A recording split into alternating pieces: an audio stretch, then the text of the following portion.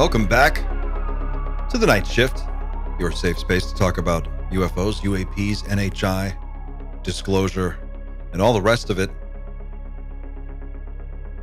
It's 1:33 p.m. on October 3rd. And that means 3i Atlas is flying by Mars tonight. And as far as I know, the government shutdown is not affecting this. They are going to be imaging that. At least the last information that I have is they are going to be imaging 3i Atlas as it passes by Mars. So that's really exciting. Hopefully we'll learn something new, and we're going to talk about that. Xander's kind of warned me that he has some thoughts on 3i Atlas. So we're going to get into Xander's thoughts. I think it's going to shake the foundations. It's going to piss on that parade is what it's going to do. Going to piss on that parade. And we're going to talk about Dylan Borland's part 2 interview on Weaponized that dropped yesterday. I would call it a bombshell. I would say it's at least one, probably 4 or 5 bombshells in there if you really sat down and went through it. We're going to go through that and unpack it today, and we'll talk about a really, really weird video that supposedly Dan Burris shot inside of S4 that leaked to the internet, I guess. This is really weird. It was a post that went up on Reddit, and then it was immediately taken down in our UFOs. So it has to be true, right? So we're going to take a look at that, and we're going to answer your questions and talk about whatever else is going on. It's great to see everybody in the chat. I see Obi-Wan Shinobi's here, Geraldine's here, Yvonne, Cosmic Serpent. Great to see all of you.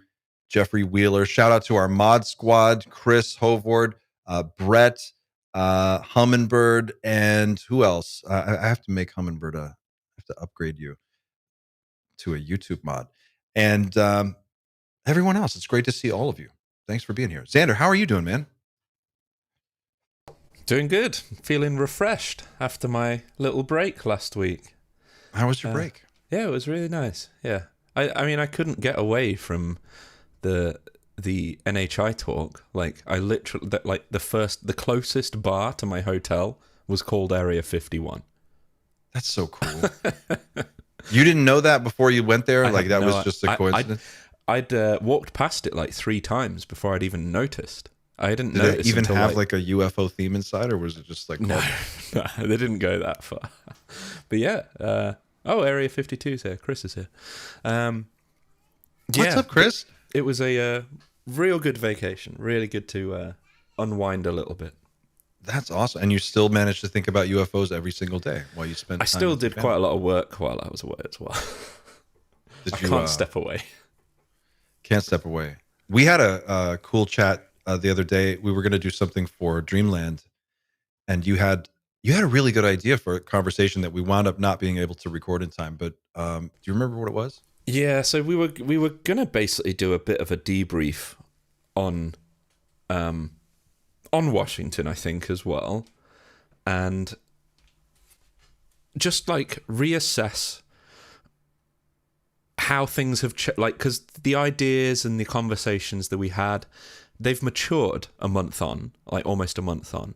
And the atmosphere now for me is certainly very different. And I was wondering if it was different for you and things like that. It's definitely different now. It's gotten weird in ways that I didn't expect.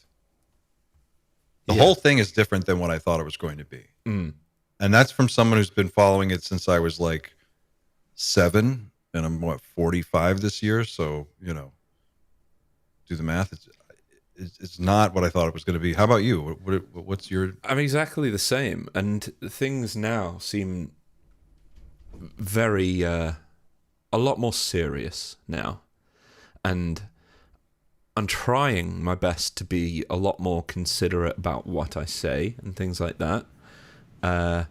Dan, we are live, just in case you haven't seen the messages. We've started a little bit early. Okay, he's giving me a thumbs up. Let's bring him in. Dan is partying with Axl Rose in South America somewhere. I think they're at... where are you guys? What's happening? How are you guys? Yeah, where are you? I'm in El Salvador. Let me fix my audio real quick. I'll be back. Yeah, sure. Yeah, 1 second. But yeah, it was eye-opening, and I remember the first night that that we were there in Washington together. You told me, well, we were like maybe 45 minutes into conversation, and then you just said, "Dude, we need to record this conversation we're having right now." So I got the stereo microphone out. I recorded that entire conversation. Oh yeah. And I have it. I have the conversation, but it needs framing in. So, like, what I wanted to do with our conversation was go through the conversation we had in Washington, sift out all of the rambling that I did, because I do that a lot, and basically find the juicy bits that we were experiencing at that moment, and then just revisit them a month later. So when we get time, I would love to do that. But in the short term, before we get to that point, like, just in what way has your view changed? It's more serious, but like, what has lent to that? What has inspired you to feel more dark about this whole thing? It's not Ross. Is he getting to you? No. he gets to people. He's the reason. I think it's... We love Ross. I kid. It's being sat in the room, seeing the sweat pour down the witnesses' faces in person, and seeing just like the frustration behind, and also the deep stress, like, that wasn't captured on the cameras. There is deep stress involved in a lot of the testimony that was given that just didn't translate, and I have a feeling it's the same for every hearing. So perhaps that's what it is that's made everything seem just a lot more visceral and real at this point. I think Dylan's interview, the part 2 of that interview that dropped yesterday, really drove that point home for me in vivid terms, and made it much more clear the kind of stress load that an individual is up against when they're trying to do the right thing. And it's like, just what was done to this guy was such a raw deal. And to think that he really explained in a way that I guess I hadn't heard yet, just how isolating the whole experience is. It's not like there's a bunch of whistleblowers and they all hang out and they kind of like have a support structure there for each other. It's like you're individually off in your own reality, dealing with the things that are being done to you. Yeah. And I with guess no support. Yeah. And I guess selfishly, the last point is the fact that now I've been there in the room next to them. Like, it at least puts me one step closer to being, a victim of that kind of harassment myself. And I know I'm a long way away from that. I've not experienced any of the stuff that they testify to experiencing. But you kind of got to tread lightly, like, because it's not difficult to step too far. There are people that haven't been involved whatsoever in these programs that have been harassed. I think the whole atmosphere was very weird. Like, my experience of walking through the airport was just being really struck by how militarized everything kind of looks. It's all like Lockheed Martin and Raytheon posters everywhere, and there's like a giant head with night vision goggles watching you walk down the little people mover. And it's just, that I guess I just had forgotten about that. It's been so long since I'd been to DC. Come to think of it, the ride in from the airport, you pass the BAE Systems office. Did you see that on the metro? I don't know if that's the one that Borland ever worked at. I don't know. But that's cool. No, I didn't notice that. But Dan, how about you, man? We were just talking about what your views are today, how they've changed since maybe a few years ago or when you first started looking into all this. Do we have you back? Yeah, I'm back. My feelings, I think they're changing all the time and more often recently. Do you know what I mean? Like, from the 80s, 90s, 2000s, I was like, there's saucers in the sky. Sometimes they're triangles, and they are piloted by grays. Now I'm like, I don't know what's going on. Like, there's so many options. And like, Yeah, I'm flip-flopping all the time, and listening to like Dylan's testimony was massive and was very powerful for me. And then even his last two interviews with Jeremy and George, it's even flipping me even more because he's touching on more like religious qualities that we hear before, and making connections to them possibly being gods and that kind of thing, which as an atheist challenges me quite a bit. You know what I mean? Do you think that it's that they would appear to us as gods the way that the Spanish appeared as completely bizarre to the native indigenous people of South America, or like they're not actually gods? I mean, this is the whole Stargate concept, right? Like, Yeah. they can do big, impressive magic tricks, but ultimately, it's just we could do it too if we had access to the technology. It's not something that's inherently out of our reach. Possibly, yeah. Dylan made a comparison to me recently that like imagine if we have Neuralink now and going back to the 1600s with Neuralink, we would appear to be gods. I mean, just with what you've got today. I mean, if you could go back to 1992 and show somebody like what the internet would be like today and what you could do with it, I mean, that would just blow their mind. Now, imagine going back another 50 years and trying to explain it to somebody. I mean, it is. That's my sense is that I'm with you. I forever I thought there are UFOs in the sky in the shape of flying discs. There are also triangles. We make those. Those are ours. This is my like 8th grade idea of like what was going on. Those triangles are us. The circles are them. And they come and take us. They want to do some kind of genetic experiments, and then that's it. That's all we really know. And then Bob Lazar is sort of the background to all of it. And now, I don't know what to think. I guess the thing that seems to be the most the glue that ties together the most loose threads with the most ideas is that 4chan, that whole 4chan thing. Yeah. I feel like that might have a pretty large amount of truth in it. It's just an idea. It's just a question of like what is actually true, but I just find it ends up, the more time goes on, the more it's aligning with the overall tapestry of how I think, of where I think everything currently sits. Like, it seems like the puzzle that 4chan whistleblower tried to like reveal to us is slowly aligning with the puzzle that I've been trying to build myself. And it's just like every little thing that comes out, it's just, okay, that's another piece that sort of sits quite nicely with what the 4chan whistleblower said. Yeah. It's very odd. I wonder there's no corroboration with that post either. It's so strange. Yeah. Chris, I know I know you were in the chat a minute ago. You don't have to come on the show or anything if you don't want to, but you can. You're welcome to. But in the chat, like, I'm just curious how your views have changed in the last few years, because it does seem like things have gotten weirder. And as someone who looks at this a lot, talks to a lot of people, I'd be really interested to hear what Chris thinks. So, Clint, you said that you always thought that the triangles were ours. That was kind of your feeling for the majority of your interest. Yeah, because I at the time, so back in the day, my earliest access to any information about UFOs were those Time Life Mysteries of the Unknown books that we've talked about these, right? Yep.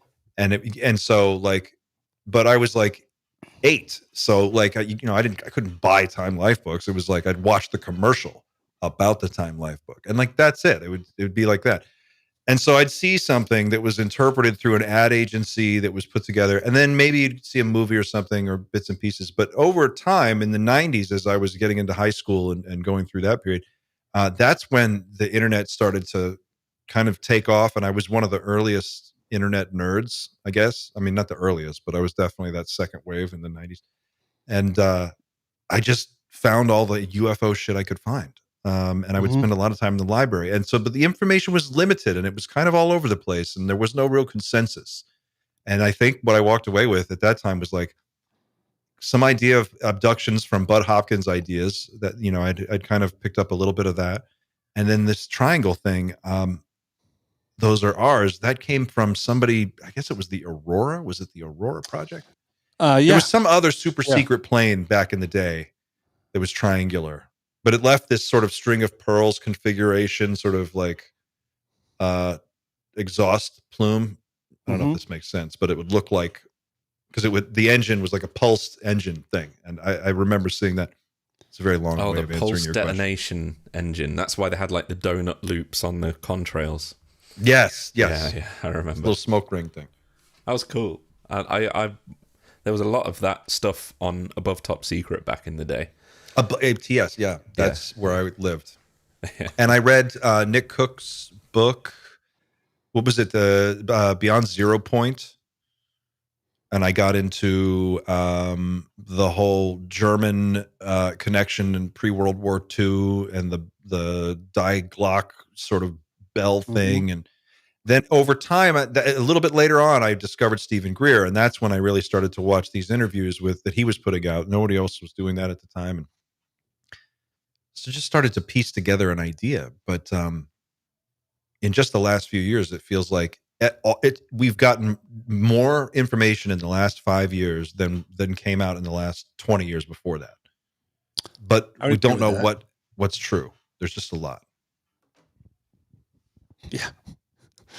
Yeah, we're being kind of overloaded the last 10 years, I feel like. But you're right, the last 5 years has been like drinking from the fire hose,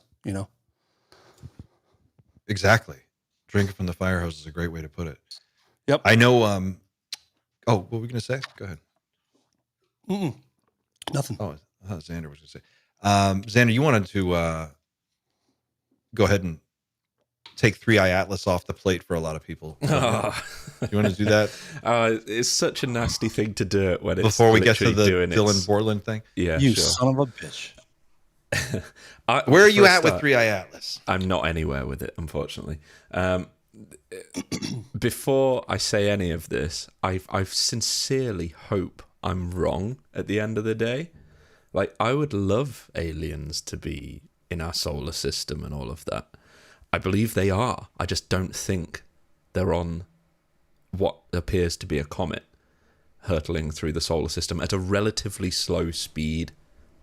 And what I'm about to say is basically entirely derived from the fact that this object is going so slow for cosmic travel. It just makes no logical sense for this to be any form of NHI. I agree. To put it into perspective, we, in 2025, well, put it this way, 25 years ago, we launched probes that are currently traveling faster than 3i Atlas. And that was 25 years ago. And right now, we wouldn't be able to launch a probe into interstellar. Like, we can throw something and then basically just forget about it, which is possible. But when we're talking about the speed 3i Atlas has traveled at, it would take longer than the age of the universe to really get anywhere. So just to put it into perspective,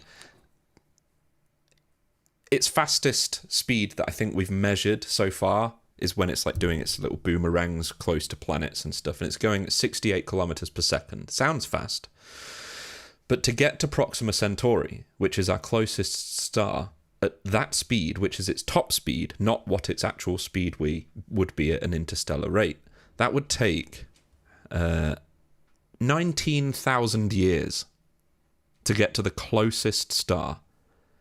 It just makes no logical sense. No one would send anything here intentionally with the idea of interacting with humanity with a timescale of that length. And that's just to the closest star. If it was Andromeda, that's 11 billion years. That's almost the age of the universe. What if these are stoner aliens and they're kind of like of the no hurry, no worry variety? Or maybe it's planned to be here at a certain time where there's no real rush. I don't know. True. I mean, I'm team Comet as well, by the way. Yeah, it entered the solar system, depending on how you define the solar system, because there's various boundaries, I guess. Like the boundary of space is always changing, but it entered the solar system in roughly the 13th century. Like we weren't emitting any signals out of Earth at that time. Like it just, again, none of it just makes Occam's razor is like it just doesn't. It's clearly, to me, it's not NHI. If it is, that would be awesome, and I will literally apologize. Like, I don't care. I would be so happy. But I don't think anyone will remember if it turns out to be. So somebody in the comments, and this is the one question I will address. What if somebody is saying you're presuming too much about its top speed? I get that. But again, it's Occam's razor. So what we're kind of saying here, or what I'm inferring from a comment like that is, what if it just slows down loads when it enters the solar system, and once it leaves the solar system, it speeds up really fast? Like, all you're doing there is adding complexity to an already... What if? Yeah, it's another what if. And I'm... Cool, you can keep that theory, like absolutely no problem. That's cool with me. I'm down for that theory, but I'm not personally going to rest any laurels on it. If it is a comet, it is a weird one. I mean, this I don't know shit about shit, but I do know that comets are iron rich, like they're mostly iron, and this thing has very, very little iron and seems to have metals in it that we would know as metals that have to be manufactured or created. And that's interesting. Now, we don't know how things work outside of our galaxy, of course, so maybe science is different there. But it is interesting. It's not just a normal comet if it is a comet. I agree. Yeah. I'm with Team Comet also. And it doesn't make sense. Like, if there are beings that are already here that have the ability to instantaneously travel anywhere, then why would this thing be going so slow if it were some... My real question is just, why is Avi so hot on that angle? Like, he really hammers it. And maybe it's just a social media, he gets a bounce on social media because of that, and it works. So you just go with it. He's written about it like...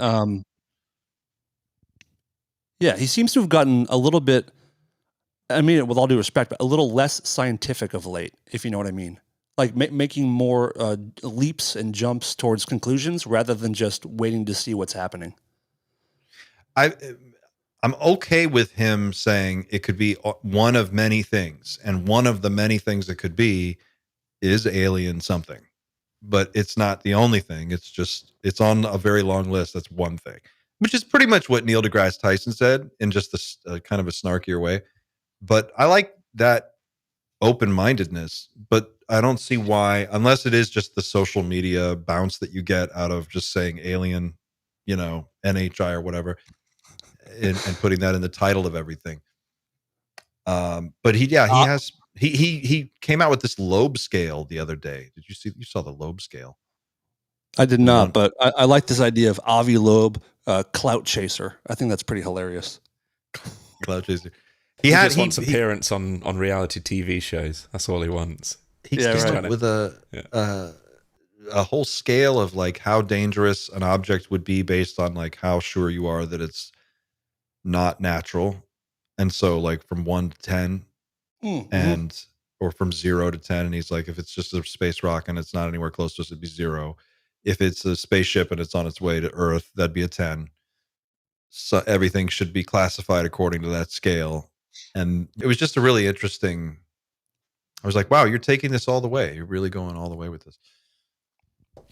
According to our audience poll, by the way, which 135 of you have voted so far. If you want to get in on this, you still can. The voting is open. 136 is 3i Atlas alien technology. 38% of you say no. Okay. 44% say meh. You could care less. I guess we should move on. Interestingly enough, as well, apparently... Sorry to bore everybody. Apparently, Birdie has remote viewed it.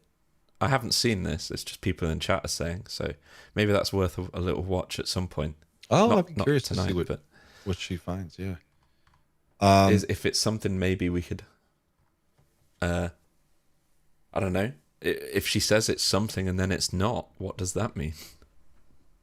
I mean, I think it means that everybody can be wrong. Yeah. You know, I'm with you though. There are much more interesting things happening much closer to home right now. You know, Three Eye Atlas is cool. It's very cool, but I also can't do anything about Three Eye Atlas. But Dylan Borland, that's much more close to our wheelhouse. You guys watched the part 2 yesterday, Dan. You have some insight into this. What'd you think? I thought it was incredible, and I thought it was really, really sad, and it actually made me very, very angry. You know, we've heard a lot of stories about whistleblowers and different kind of people being unfairly treated by the government that they work for and that they fought for, but to hear in detail and the level that he was kind of abused is horrendous and unforgivable and unacceptable. And then to find out that his brake lines were cut, and I think we can make a pretty easy connection that, you know, his country tried to kill him is, it's kind of jaw dropping and pretty shitty. I'm really sad for him, and I'm bummed out for him and his family, and for other people that are going through it, of, you know, names we don't know yet. I think it's horrible, but I thought the episode there was so many things that they talked about. I mean, correct me if I'm wrong, but they said that he has seen the power source. He's seen how these things work with his own eyes. That's crazy. I don't understand that part still.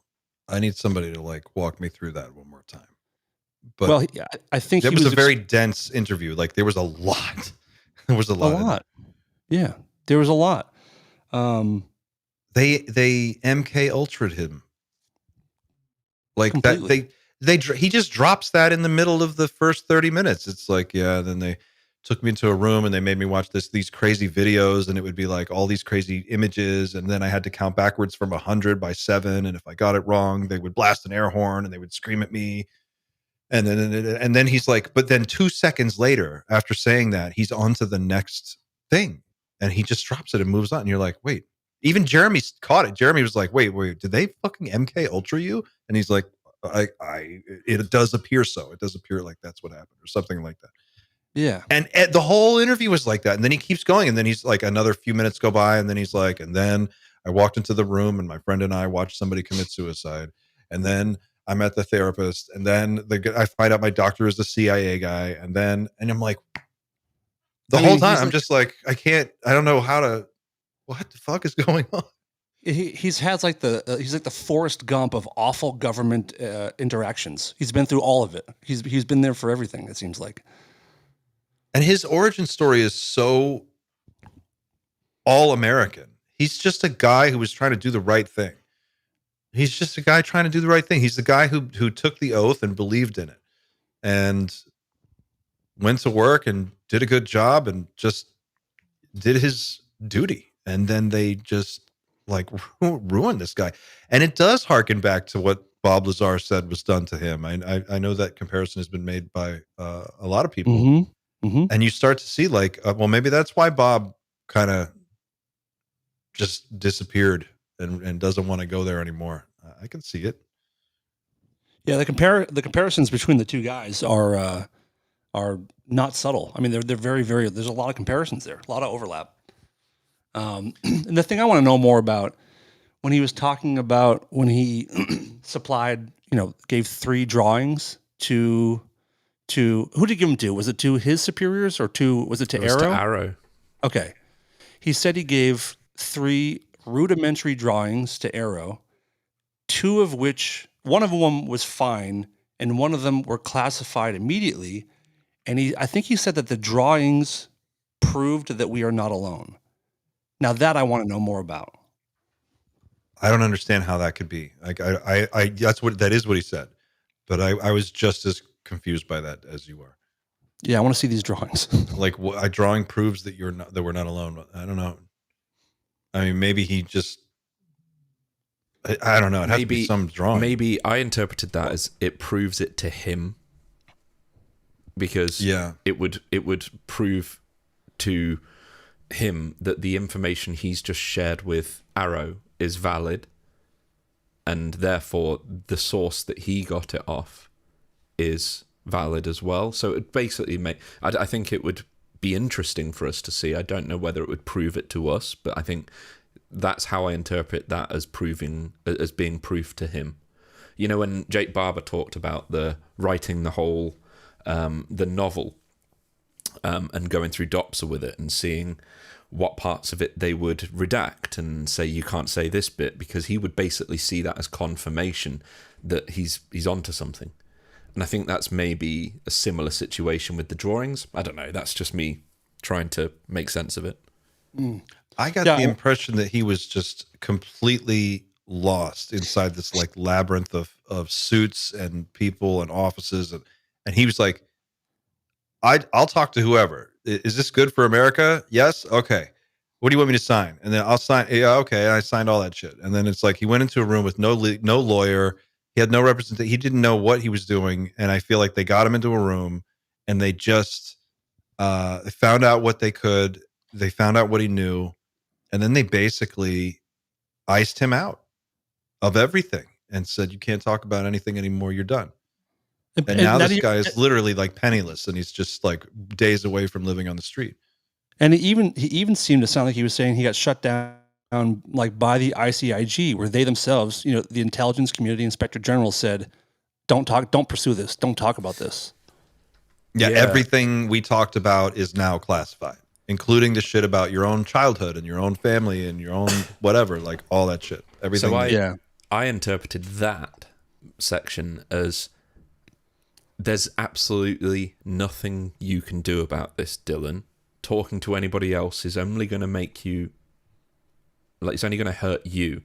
So I think they were saying it was credible, and I think they said it was not urgent. Therefore, just disappear, because you're not going to affect anything. All you're going to do is hurt yourself by going forward. That's how I interpreted that as well. It's not that they wanted him. It's not that the Inspector General wanted everything to remain secret. It's just that he knows that coming forwards with that information would just be, if it's his job to protect Borland, he probably said the right thing to him. So you think maybe it wasn't like a nefarious threat? It was more just like, this is not going to help. We've been through this before. Yeah. You know. Yeah. Because wasn't Grush's threat was right after credible, Grush.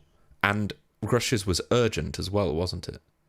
Yeah. Dylan's was credible, not urgent. Yeah, and I think Grush's was credible and urgent. Correct. Therefore, they said, okay, we need to get this out now, because you're gonna, you know, there's safety in the light kind of thing. Whereas with Borland, there's no credible threat to your life, so therefore you can quite happily sail off. Which is funny, because Grush wasn't, at least publicly, isn't considered a first-hand witness. He was just kind of doing interviews. Although I tend to think he was I do think Grush has seen things with his own eyes, but publicly he wasn't. So, but Dylan is. So I'm curious what makes something urgent and not urgent in the eyes. I agree. What did he say he saw with regard to the power source? Like he said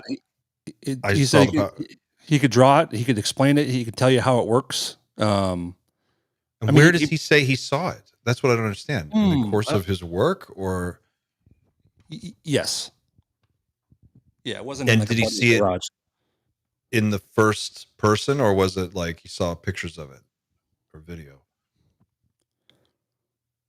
I don't want to get anybody in trouble, so don't answer it if you. I don't know. I don't know, or I don't remember what it was in the episode. Okay. If anyone in the chat knows, I would be curious to know what they think. Did he say he saw it with his own eyes? Yeah, because I don't know. So we've been internally just in our own chit-chatting between us, talking about this Bob Lazar sort of angle.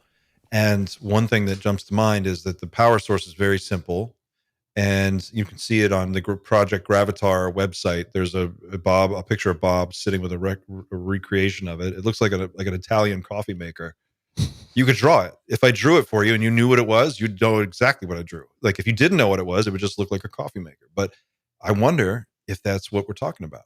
You know, you draw a triangle, little element 115 triangle. Bob Lazar said they machined it into a triangle, and then you could draw this little dome thing. That's the reactor. And if they were like, okay, we'll take that. You have a nice day. And Bob's your uncle. Yeah, the alien engine. Bob's your uncle. Bob's your uncle. I don't know if this is very common knowledge. I'm assuming loads of people know this, but so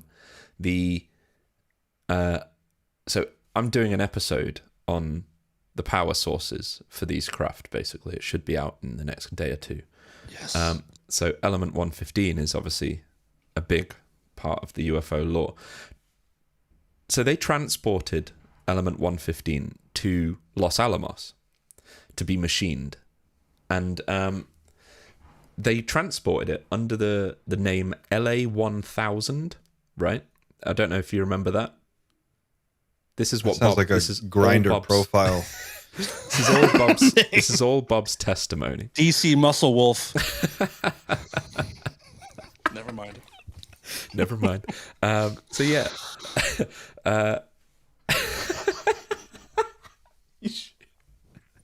Right, sorry. So they sent it to Los Alamos under the name LA-1000, so that obviously there wouldn't be much of a paper trail for it.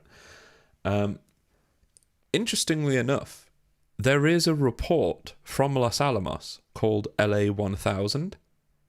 You can find this on the internet, and it's a report. Again, it's on metallurgy, which is really strange because of all of the reports that Los Alamos puts out, there's only a small percentage of them are metallurgic reports. Like Los Alamos do they do everything. But this is on a report related to some sort of alloy of plutonium and aluminium. And I just found that really strange that in my head would be like the perfect little cover report for something like how element 115 is described. Obviously that doesn't mean a crazy amount, like there's no, I mean, Bob did work at Los Alamos, so he may have seen a report just on a desk somewhere and thought, okay, or maybe he had access to the reports, I don't know. That's a big detail to like fabricate into your story. It makes me think like this actually has a little bit more legs than I thought.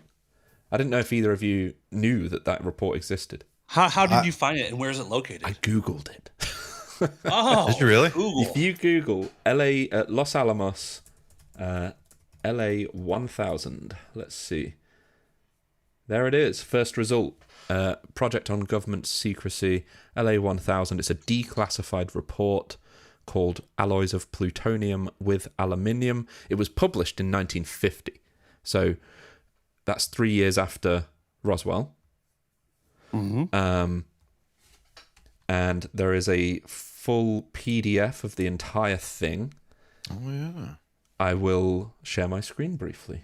Is this interesting? I think it's interesting. I think it's fascinating because if it turns out that Bob is what Bob's testimony outlined is sort of the core of this whole thing, then we've really got our hands around.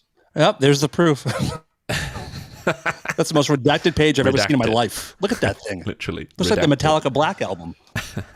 So yeah, a whole unclassified report here. I haven't read it. It's going to say a lot of stuff I don't understand. Like, I think it'd be cool if somebody could dive into this and see what sort of things exist inside this document. 89 pages. Well, it's interesting. I'm reading. Okay, so I'm reading page. What page is this? It doesn't say what page I'm on, but here's something that just jumped out. It says on 1 July 1949, Group CMR5 was authorized to undertake an investigation of the plutonium aluminum system. Since that time, work has progressed concurrently with other researches. A recent intensification of interest has made advisable an accelerated work program and an immediate presentation of such data as are now available. One should keep in mind that that suggestions and conclusions presented are tentative unless otherwise specified and may be modified at a later date. Wow. I think that's pretty cool. That's a pretty cool little thing. Dude, I'm going to feed this into Grok and see what... So this is something that I picked up from Courtney Brown, believe it or not. A Farsight thing they're doing called The Vault. They're taking all of their remote viewing sessions and they're loading them into one volume. So you can take that and give it to any AI. And then you can have the AI scan it all and then make inferences and connections between all those points. I want to do that with UFO stuff. And I want to put like the 4chan leak in there, Bob Lazar's testimony, this paper. You know what I mean? Like as you start to find stuff and then see if there's anything that just comes to the surface as like just weird connections. But that'd be cool. If the element 115 thing turns out to be the thing, if that's the source of the power, then we really understand a lot more than we thought we did. Yeah. In terms of like other regular people knowing what's going on. And also I think it immediately validates Lazar. Yeah. Immediately. He was the first. Yeah. Yeah.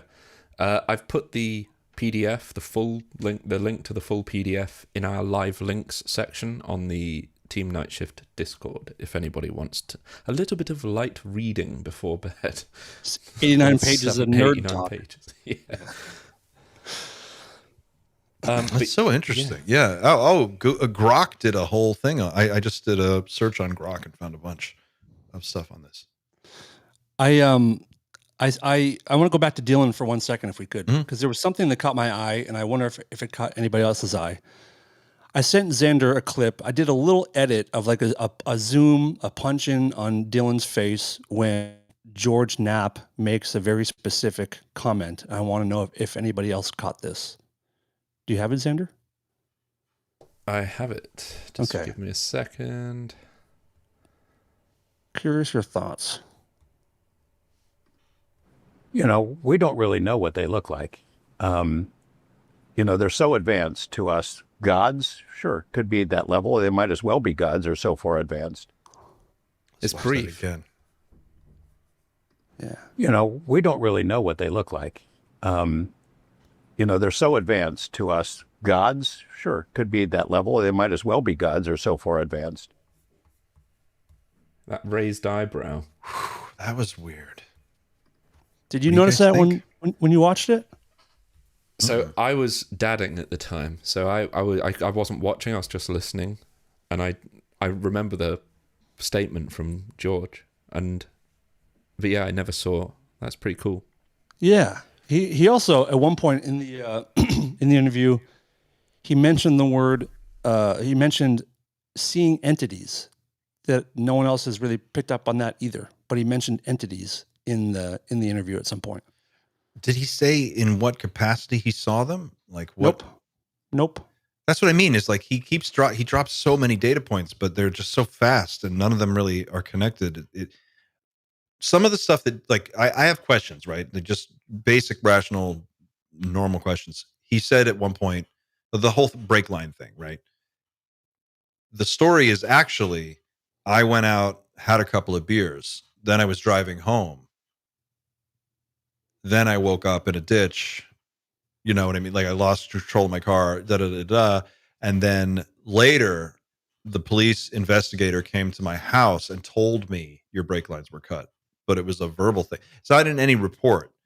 It's not written down anyway. They just were like, yeah, that's what happened. And then they kind of, so as compelling as that data point is, if there's no substantiating evidence to back that up, that is an interesting, that's a question, right? Like what, if you're just saying you went out and had a couple of beers and then you crashed your car on the way home. Mm-hmm. I have questions about that part. But some of the other stuff, like the whole MK Ultra thing where he witnesses someone unalive themselves. He says another whistleblower. Is that what he said it was? I don't think he said that, but or somebody else that was involved in the program that he was working on. That's what I mean. It's like that was just one quick thing, and then he's like, "We saw this happen, myself and another guy who was a Marine." And then he's like, "Oh, then I go to the VA, and they give the Marine the royal treatment. They're like, whatever you need, we're here for you. Well, all.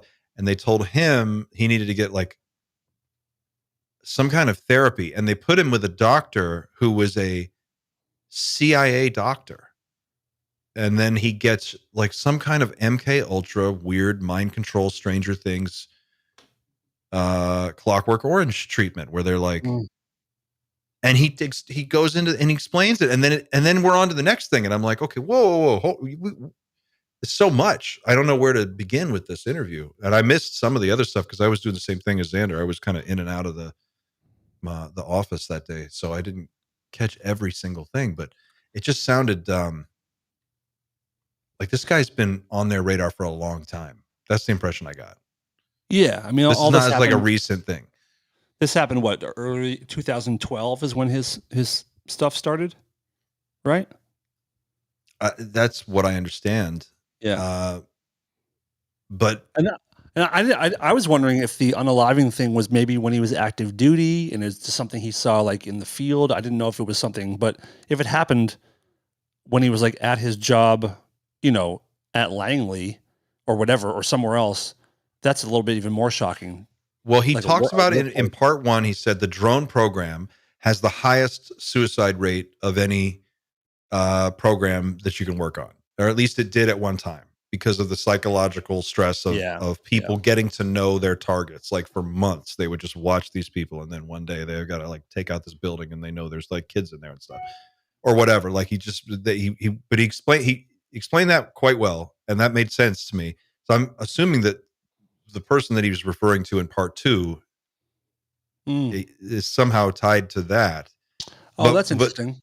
But then when he winds up in the VA and he's getting treatment for the PTSD, then he says later, he's like, what did he say? He said, I woke up in the middle of the night, and he's like, how you just have a physical urge, like you have to go to the bathroom, and it's like you can't argue with that. And he said, I had this urge that I wanted to take himself myself out. Yeah.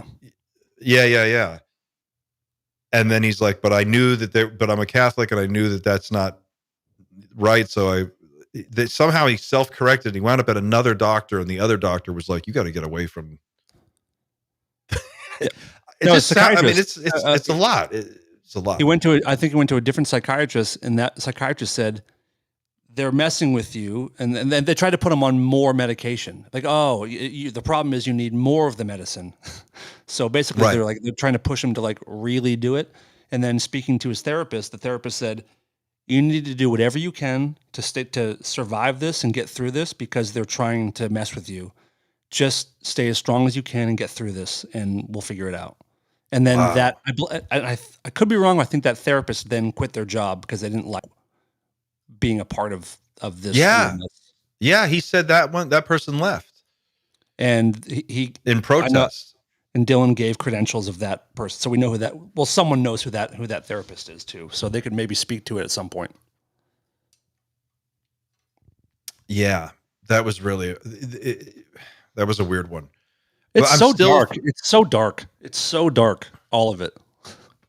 I'm just fuzzy on when he says he saw the power source. What under what conditions was that? Like what was that bit? I just completely missed that part. I'm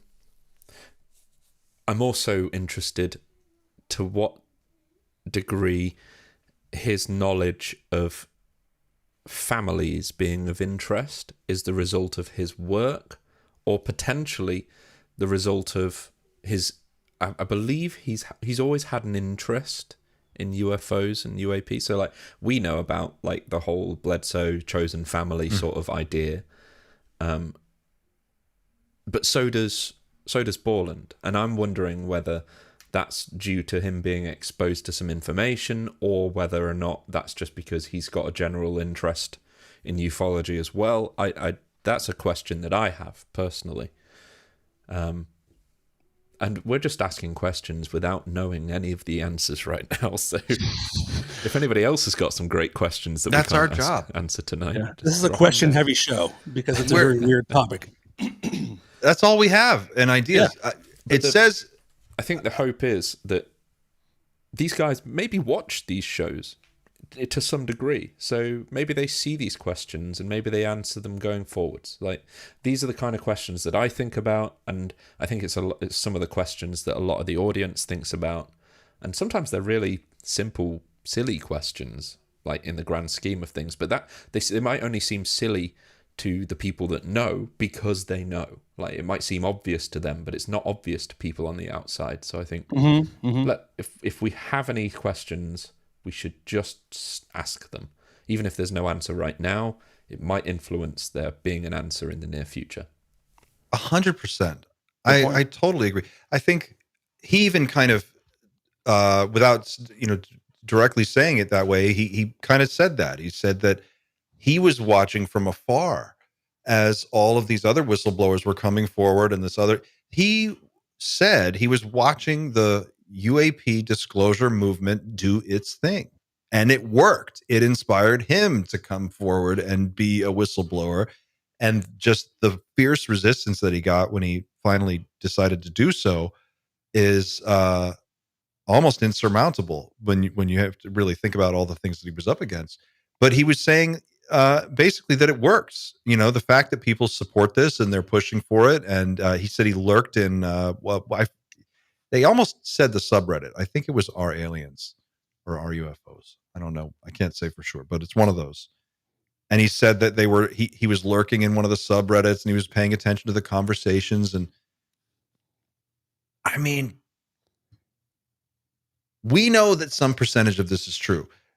We know that we're participating in the greatest event possibly in human history. Someone's got to be professionally thinking about this, right? Like, someone should be asking these questions. It might as well be all of us, right? Like, someone's got to. That's how you normalize it. That's how you get disclosure to happen. Just you make it such a normal conversation to have that everyone's having it all the time, and it's just we're doing impossible. We're doing it. We're doing the damn thing. That's what we're doing. What was that quote you did? That's what we're doing, dickhead. I don't have that anymore. I deleted it out of the project. Oh, I really man. wish I hadn't. It says, okay, so I just got this back. I was asking about the power source thing that Dylan Borland. He actually doesn't say directly that he saw it, but it's summed up by something that Jeremy says.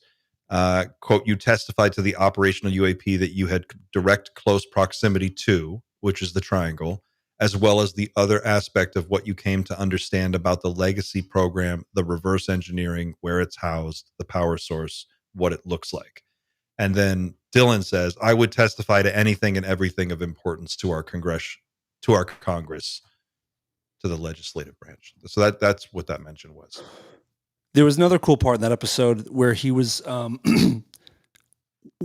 I forget where he was, but he found himself around possible legacy people, or he was talking to people, and those people thought that he had been read in on the program. So they would just talk to him as if he knew all the stuff that they knew. And he was like, yeah, totally. Just like taking it in. But he was just quoting like Joe Rogan and stuff that he heard about Bob Lazar. He wasn't really, right? Wasn't he saying? He's like, we were just talking UFO shit. We were like, okay, so tell me if I'm getting this right, Dan. And Xander, if I'm misremembering this, he said he was working for this multi-agency special access program under the corporate authority of BAE Systems. So far, so good? At times. There's also some kind of unnamed private company that is not being talked about. An agency that will remain anonymous, some agency.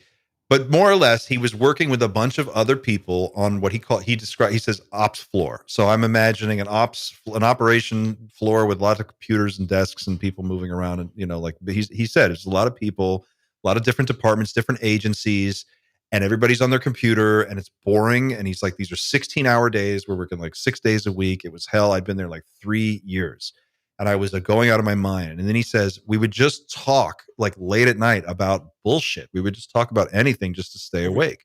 Yeah. And he said, we were just watching the internet like everybody else. And we saw all this UFO shit come up and we were talking about that. And then I said, and that's when he kind of started talking about like Bob Lazar stuff. And he didn't even say specifically what it was. It was just like, it was just UFO shit. And these young kids, they were like, oh, he knows. Yeah. He's on. Then they started to I open was up. read in. They thought he was read in, and they were just like, "Yeah, man, 115, we got right over here." I mean, not really, but like they were. Yeah, they thought he was one of the guys, one of the boys.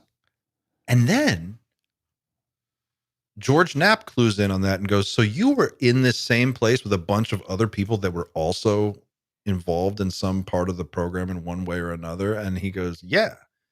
And then George Knapp goes, "Was this some kind of like get all the bad eggs together in one basket and then just see what you guys talk about kind of a thing?" The island of unwanted toys, or The island of unwanted, or bad toys, whatever it was. and they're just locked up in this purgatory of whatever. That was so weird. If you're trying to maintain control of this topic and these conversations, I think you would want to have as many of those people in the same place as possible, so you can monitor all at one time. You know, keep them close. Well, I think the key part that we left out of this story was that he was having these conversations with the other guys who were younger, he's more senior than the other guys. They're having this conversation, and then one day he's at his computer, and it's like that scene Hackers where the little thing shows up on the screen, and it's like whatever it's just said some message pops up, and it's like, you really need to let this go. Like, no, you've been told not to talk about this. We told you know not to talk about this, Dylan, or something like that, from some admin on the server, just someone somewhere. And he goes, and it's like they never pulled me aside and said anything. They were just, I just got this creepy fucking message, and I was like, This is when he was on the secure forums, is it? What did he call it? I don't know. It was like a military server, wasn't it? Right. It's like I believe server. like a shared military chat. Yeah. He kept saying something like Crystal Castle or Crystal Castles, and I was like, is that like Candy Crush? Is that like a thing? Forgotten Castles. Forgotten Castles. Is that what it was? I don't know. Some kind of intelligence thing. It sounds like a movie production company. Adult movie production company. The best kind. Crystal Castles sounds like an adult film star from the. She was so hot. Everybody knows Crystal Castles. Come on. What a babe. In the let's see, what's our poll up to right now? As of right now, 345 of you have voted on 3i Atlas. No one cares. No one cares. It's like 70. Imagine if it's something people will care if it gets close to Earth and stops. That'll be pretty weird. Yeah, that'll be. Well, the big thing this morning was like, oh, they shut down the government just as it's passing by Mars. Now we'll never know. It's all part of the conspiracy. No, they shut down the government before they voted on the Epstein files. But anyway. Yeah. That's true. Just scanning the comments here. The Island of Misfit Toys, Kelly McDougall says, from Rudolph the Red-Nosed Reindeer. That's the real word, but George said it wrong. But yeah, that's the one. Do you mind if, whilst we've got so many people here, I make my special announcement? Go right ahead. This is a great time. If I do it at the start, we've only got like maybe 100, 200 people watching. And the whole point of this is that I need a lot of people to see it. So, right. So I teased earlier on my channel, the Dreamland Motel, that I have a bit of an announcement to make. And it's a little bit apt actually after we've just talked about Borland and the stuff he's gone through. So basically, October 10th is World Mental Health Day.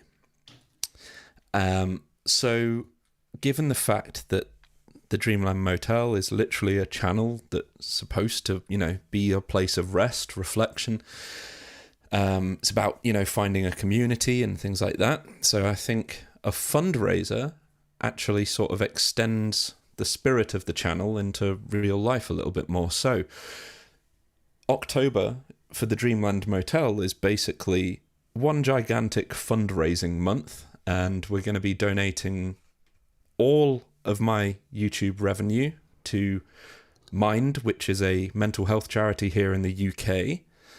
And they're brilliant. They do one of the most legitimate charities we have for mental health here in the UK. So very legitimate guys. yeah, so as I said, 100% of my YouTube revenue for October will be donated. I've also set up a Just Giving page. So if you guys want to contribute, you don't have to, donate to me. You can donate directly to the Just Giving. 100% of that revenue will go straight to Mind. You're also welcome to send it to me. That's fine. Like, it will if it's YouTube revenue, basically Clint knows how this works. We have one big number on our YouTube channels that says how much you've earned for that month. That's the number I'm going to be donating. So if you donate through YouTube to me in October, it will go to Mind, basically. But YouTube takes a cut. YouTube does take a cut. But so whatever the more direct way is probably better. So if you're uncomfortable with that, go to the Just Giving. I will drop the link right now, actually, in the chat. Send it to me too, please. Yeah, of course. That's awesome. Good for you. It's very awesome. Thank you. And yeah, so it helps, share the videos, because the more views they get, the more ad revenue I will generate, the more money goes to charity for this month. And I guess a couple of housekeeping bits. At the end of the month, you get a number sort of like maybe 2 days after the end of the month, and then it's potentially 3 weeks or so before you actually get paid. So depending on how much that is, if it's too big a hit for me financially, I will have to wait until I'm actually paid by YouTube. So it might be the middle of November, but I'll likely be able to. I'm a small YouTube channel. It's not going to be crazy money coming from me, but everything I can do, I will try and do. We're going to make it crazy money. That's your new name now, Crazy Money. And hopefully, Crazy Money Jones. What's up, Crazy Money? At the end of the month, we'll do a big live stream or something, and I don't know. I'll try and do something special for the end of the month. Do you have a goal, Sander? Do you just any numerical goal that you want to try? $1 million. I have an internal goal for my own YouTube revenue, but I'm not gonna share it, because YouTube, can be so up and down. I don't want to get anybody's hopes up. Like, it could be £500, which is about $700, or it could be $1,200. I don't know. It really is up and down with YouTube and the algorithm and things like that. So I won't put any figures on it. There's no figures. It's just a month of let's do what we can. Well, it's about raising awareness just as much as is about raising money. I mean, I think if you did something wild, like what if you shaved your head, or you could shave the beard. I mean, what kind of a challenge? Shave your head. Let's really go all in, guys. What could we do here? Let's raise some money. Xander, let me ask you this. I know you're balking at shaving your head, but do you or do you not want to help people with mental health issues? Why do you hate people? Don't you dare, man. Yeah, dude. Do you care or do you not? I'm just a simple question. Look, I will, if it's a reasonable request, beyond donating 100% of my YouTube revenue, despite there being quite heavy costs with running this YouTube channel, then I'm all ears. But it has to be a reasonable request, I'm afraid. How about you shave the beard but leave the mustache for 1 month? Or do my wife will divorce me, and then I will. So it's a win-win. Win-win. Then I would need to go to Mind to get some mental health help. So yeah, I think you have to drop a new track or something. Yeah, can we drop a new track? Something musical we can do for sure. Okay, all right. Xander's going to drop a new track. Maybe 2. It's going to be great. All right, guys, that's what we have to do. But anyway,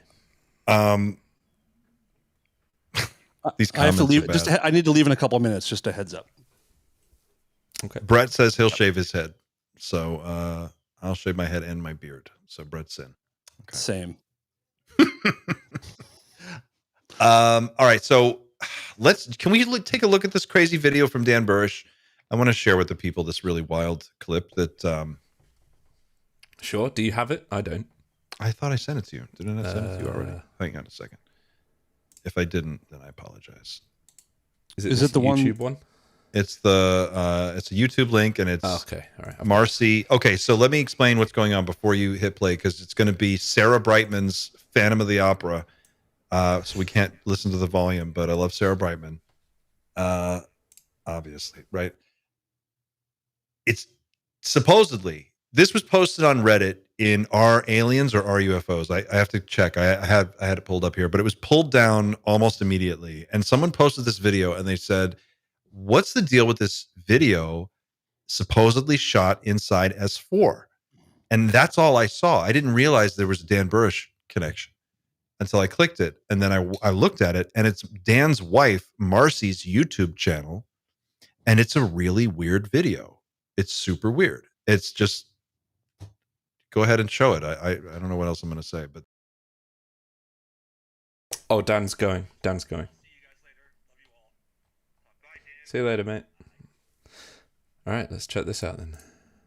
Not even a little bit of music.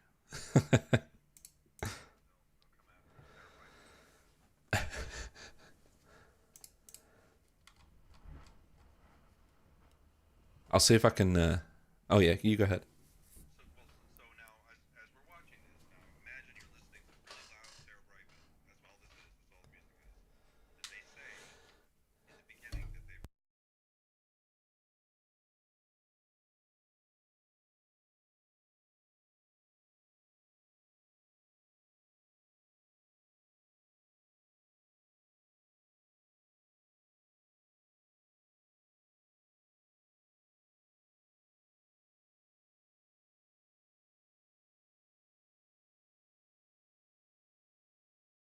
I thought that was a dude. I think it's a dude.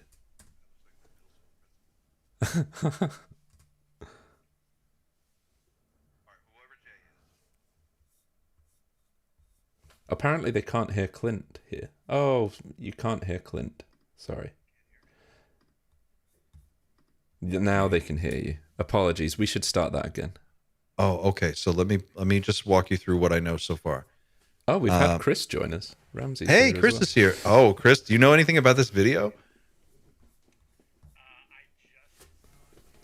Okay, so I need to set Chris up because he's not. Nobody can hear him yet. But okay, I'll have that so done in a second. I'm going to walk keep doing this, yeah. the audience through real quick. So basically, what was going on here is that this posted to Reddit. It was taken down pretty quickly. It was just a video. It was the post was, has anyone seen this video supposedly leaked from inside S4? That's the name of the post. I clicked it. I looked at the video. Turns out it's from Marcy's account, which is Dan Burrish's wife, her YouTube page.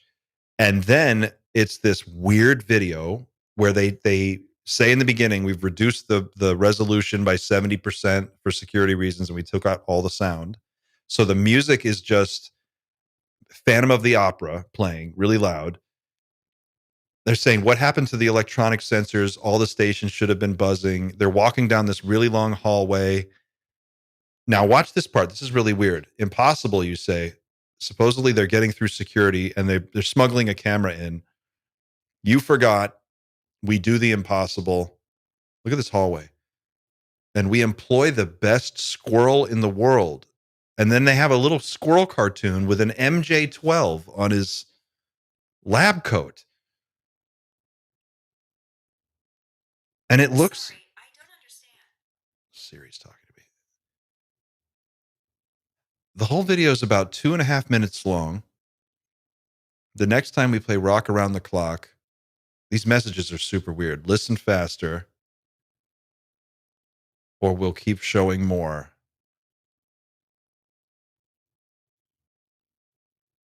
Waste cammed at every facility. All our personnel since 2010. Enjoy the music unless you'd like to hear the audios too.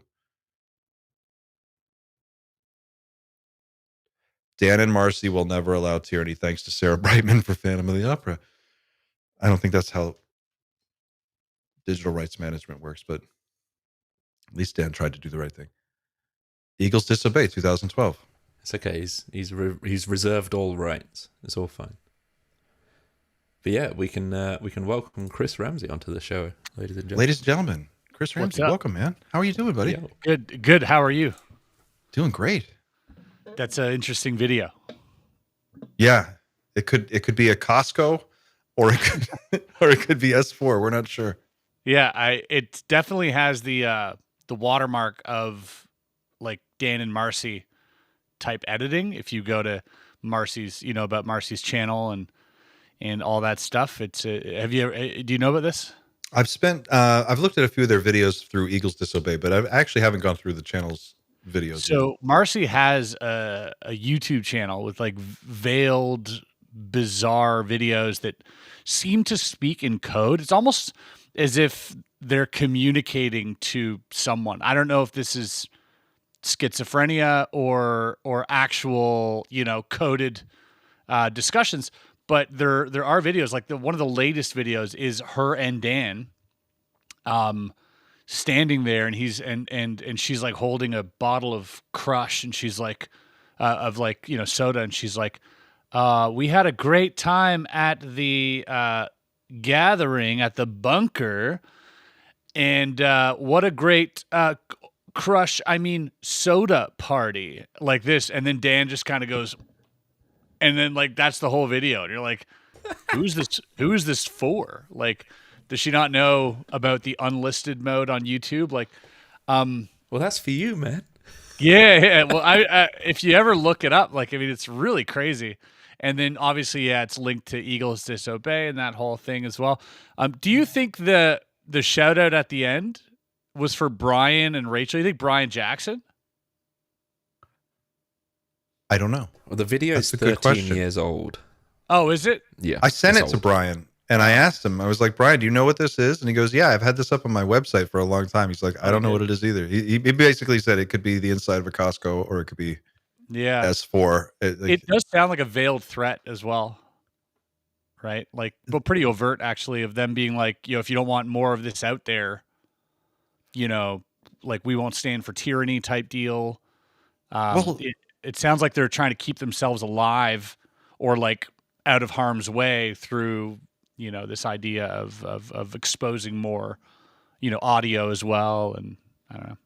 It's just interesting. Well, and Eagles Disobey has been updated a bunch lately. Have you looked at Eagles Disobey recently? It constantly gets updated. If you go with the Wayback Machine, you'll see some like insane posts on that website. It goes back, and the use of MAJ quite a bit, weird videos, weird names. It's just so dark. It does seem like, to me, either one of two things. Like I said, either like some schizophrenic sort of episode, or like a legitimate communication between, like, look at that. It looks, if Secret Squirrel on Duty, SESQ, CIS, DCST, Eagles team. And in the video, they showed a cartoon squirrel wearing a lab coat with MJ12 on its chest. Dan and Marcy's flagship website. What the projects fuck? are ongoing. And then you scroll down, and it's like, here's a picture of the dog.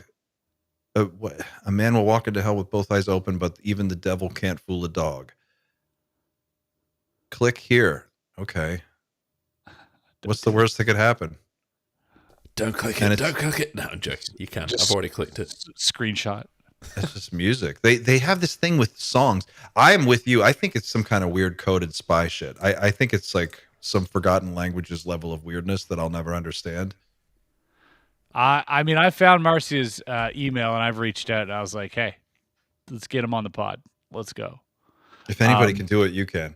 No, I've gotten no response, obviously, but I'd be happy to host a podcast, even if whatever, even if it's a Zoom call. I don't care.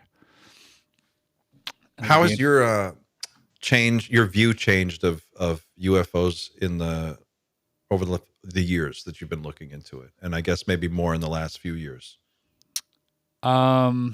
Changed. I wouldn't say it's changed that much. Did you have an original kind of notion of what you thought was going on years ago that's gotten updated with more information as you've learned more, or are you kind of still just waiting to see how it all plays out? I'm just still collecting. I think I'm collecting stories, collecting, connections to things. And I think, there's just more and more of it. There's not any less of it. There's just more and more of it. Now it seems to be also, with these congressional hearings and whatnot, we seem to be getting just more. It's a never ending sort of never depleting well of lore. I know you said that you tend to like the older, sort of more historic lore stuff, and the hearings, whilst they're important, might not be all that like fascinating in the traditional sense. But have you watched the Borland interviews? And are they tickling that curiosity? I'm in the midst of watching the second one right now, but I caught the Cliff Notes, and I mean, what's interesting is that the triangular craft that he described, by the way, was also seems eerily similar to the one that Travis Walton described in my podcast last week. So I don't know, what came first, if Travis already talked about that or what, but thought it was interesting. There's another case in Ontario, Canada, of a gentleman, and this guy did not go public, but he had like a really close encounter with a triangular craft as well, and like a stone's throw from the object, and also said that it was like black scales, like diamond-like scales on the craft. Now, we've heard this multiple times now. Even Michael Herrera, I think, describes kind of the same thing, right? So this does seem to check out. I think that, I could safely assume that this craft exists, I think, with all these people who don't know each other saying the same interesting details, and a lot of them are not going public. It's kind of interesting. I think but is it theirs? Is it ours? Yeah. There's like it seems like the whole like black scales, or like the obsidian shimmering surface, seems to be something that's quite hard to describe, but you'd know it when you hear it. So like the Rendlesham Forest case, where it's like it's black but with sort of shimmering underneath the surface, and then you've got like the scales and how Borland describes it. They all seem, if you put them in like the same paper, you'd be like, okay, they're all describing the same thing, kind of thing. Yeah. But it seems like, okay, it must be really alien, because none of them can really pin it down to something that's really terrestrial. Yeah. I liked, I'm watching your interview with Patrick Jackson. Is it Patrick? Yep. The Sphere Network? Yeah. And I didn't expect to be as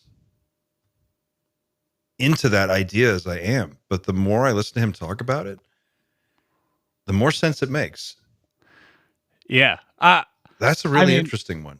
Yeah, definitely. I like the idea. I mean, I've also pondered the idea of a system that we're interacting with. This makes way more sense to me just on a logical scale. If you were to say we're, populating the universe or seeding life throughout the galaxy or whatever it may be, doing that yourself seems like just such a menial task. If you have already the capability of bouncing around the universe, I don't think you'd be doing the actual physical groundwork at all. I think you'd probably have a system in place, and that system's probably heavily reliant on some type of artificial intelligence, some really advanced, sort of biologically integrated artificial intelligence system. And so, whether it's the genderless greys that are performing these, genetic experiments, or whether it's just the crafts that are uninhabited and that are flying around, I think it does strike me as like more of a logical conclusion. I still am not totally on board with like the first half of that theory, though, which is like the poltergeist stuff. Like to move you around and distract you from place to place. That's a big pill for me to swallow. I think Patrick's background is in sort of poltergeist haunting activity, so it does feel to me, at least, as sort of like retrofitting this theory into what he'd previously done. But I do think that in doing so, he discovered that, these spheres seem to have like some type of pattern, but who knows? Yeah, it was unclear to me, and I'm not all the way through it yet, so maybe he addresses this later. And I need to read the book and see if there's more in there. But it's unclear to me that what those particular sites, those haunted sites, would have to do with anything that would necessitate some kind of like quantum capable sphere technology being deployed there for the purpose of keeping people distracted and spooked all the time. Like I don't know what the practical outcome you're trying to Yeah, achieve. there's definitely some flaws in the theory, which it's fine. It's more of a hypothesis, but the idea as well that like they can phase through objects. I think he mentioned, and for me that just kind of like, well, then why wouldn't they just be underground? Why wouldn't they just be in the ground instead of like in a house or something? But maybe he's got an answer for that as well. I didn't really address it on the podcast, but interesting nonetheless. But the second half of that, I think, is very plausible. I mean, you have so many images of these spherical sort of formations, these triangular formations with the spheres throughout the world. Hard to tell. Well, he talked about how like he's like when it's energized, it lights up because there's a ball of super plasma around the sphere, but it's the metallic sphere is what's in the middle. And that made sense to me. And then I was thinking like, okay, the Foo Fighters and all of these, we've seen so many little things of these spheres interacting with each other and doing other things. And he's like, when they're powered down or at low power, they don't glow. So that would explain orb sightings to some degree. It just seemed to fit. It checked a lot of boxes for me. It was just interesting. And I feel like that there's been a lot of talk lately about these spheres, and it's kind of all gelling into some kind of automated surveillance system or some kind of automated management system. I messaged you, Chris, when I was 12 minutes in, and I'm sure you remember I messaged you. I was just like, I got to talk to this guy. So I dropped him an email. And then unfortunately I was in Washington and then I was on vacation last week, but we have connected. So I'm hoping, because I have the cosmic internet hypothesis, which has a lot of parallels with what he was saying. So I'm hoping I can get together with him, because I don't know if he's actually UK based. I think he is. Yeah. So I'm hoping I can maybe get together with him and sort of combine ideas in a way. That might be cool. Yeah. Super interesting. I think it's fun that we're coming up with like new theories, in that the hypotheses, and that these are actively, being studied by many people. I'd be cautious not to throw all your eggs in one basket with any plausible theory or hypothesis, just because I do believe we probably most likely are dealing with more than one thing. And it's probably really messy and really muddy, and it probably involves time somehow, and it's, all very, very strange. So it's, I'd be cautious not to lump it all together.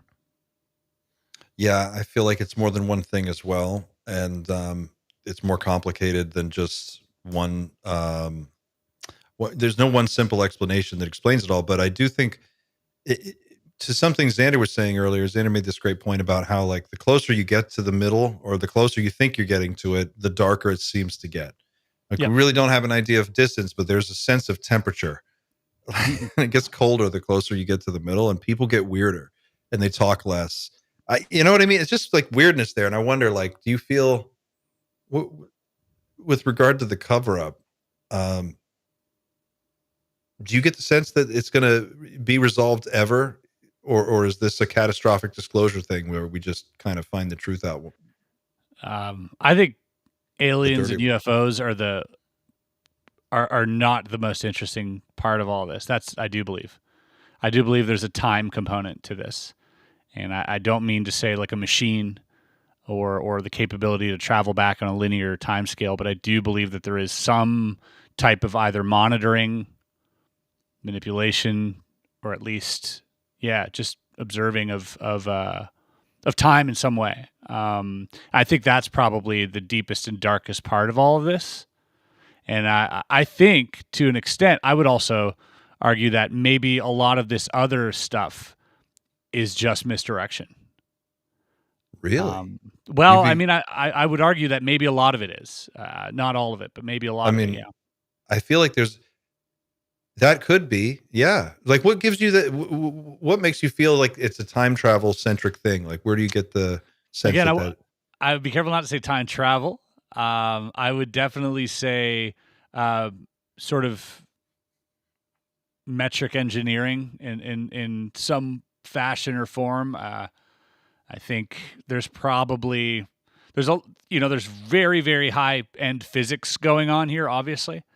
And I think that at the tip of that, I think you're just faced with, space and time at the end of that. I Is I it- don't think it's just space. I think if you're messing with that, you're messing with the other thing too. Is it fair to say that at some point technological prowess kind of throws time out the window in the traditional sense, so that you're not necessarily building time machines, but you're using craft on a daily basis, for example, that are in a way manipulating space-time in an extreme way, and it potentially does things that we can't really comprehend right now, because we've never experienced anything like it. Yeah, there's definitely. Yeah, I think there's a few different ways that you can interpret how time plays a role here, or how we interact with it in the program sense. And I think it probably has to do with consciousness. I don't think it's completely nuts and bolts. And I think that there are some nuts and bolts that can amplify that interaction. There was a podcast with UAP Gerb that I did. We had touched on it briefly, that he was speaking to someone who, claims that they were interacting with some type of sphere.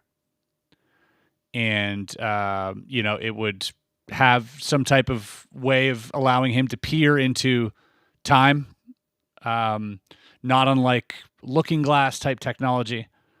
And then I'm reminded as well, there was, I believe it was on Substack or Medium or one of the two platforms, where there was a quote unquote psionic asset that kind of talked about their gate experience. Do you guys remember this? No. Okay. And it goes really very, very deep into, this person's history with GATE, which is, the Gifted and Talented Education Program, and how he was sort of sequestered into a official psionic type program. Was that Grush? No. It wasn't Grush? I thought Grush No, was it in was a not. fast-tracked into some kind of super student program also. Maybe I'm Could misremembering. Could No, be. Barber also was in the Gate Jake program. Barber. Yeah. Okay. Yeah. So that person in this article, mentions, is very interesting, but they they mention sort of the out of body state, and that they were this is where it gets like super sci-fi, that they were constructing grid-like patterns, not unlike the ones behind us right now on the screen, in this other dimension. He also said the hardest part was to go back to these places, so there was some type of permanence when they went there, and they would seed it. They would drop markers on this grid-like structure, and these markers, when triggered, would collapse a certain wave function in our linear time. And so I go, wait a second.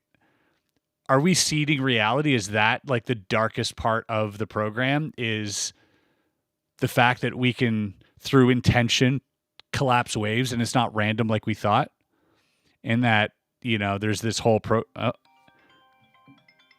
Deep and I'm state. getting a weird phone. gonna I'm getting tell a you to weird shut phone up call right by a now, number aren't I don't recognize. Get a text. Stop talking. So who was this related to? Okay. So who was this that you were hearing this from? I can't officially say the person, but because it was written anonymously, Okay. but it's out there. So the idea is that there is a technology that helps, like, allows people to see zoom out and sort of see the map of time and collapse wave functions by something to that effect. Like they were using these children to do so, and that these children were also given like hormone blockers to stay young, because after puberty it had some type of different effect on the psi ability, and all types of really weird stuff. But like you said, you get closer to the center and it gets spookier, it gets much weirder, it gets darker. And when involving, of course, we've heard these stories of the human trafficking in order to create psionic assets and stuff like that, right? It's like that, I think, is a very dark part of it. That's, some collateral damage that none of us want to really admit to, I suppose, you know. Would this be like Mandela effect kind of stuff? Perhaps. I think, yeah, I don't know. You start to you start to connect the dots. We look at what Dan Burrish was saying about, the sort of protecting this one timeline. And then, maybe that's the darkest part of it. Maybe that's the biggest, like, wouldn't that be worth protecting? And, you hear about, again, these, what was the movie that everyone was referring to? It's that German series, Dark. Oh, Dark as well. Yeah. But I was referring to the Adjustment Bureau. Adjustment. Yeah. And if you had, let's say, you wouldn't need to technically time travel. You would just need to peer into time far ahead enough on these different, paths and then intercept whatever variable or snuff it out, whatever variable, affected the main timeline that you're trying to create. Right. So crazy.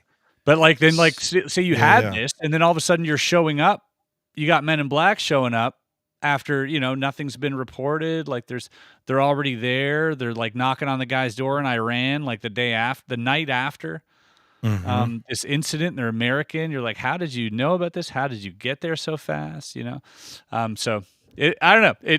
It turns into a weird, sci-fi movie, but that's kind of what I'm into. I'm into the super weird stuff.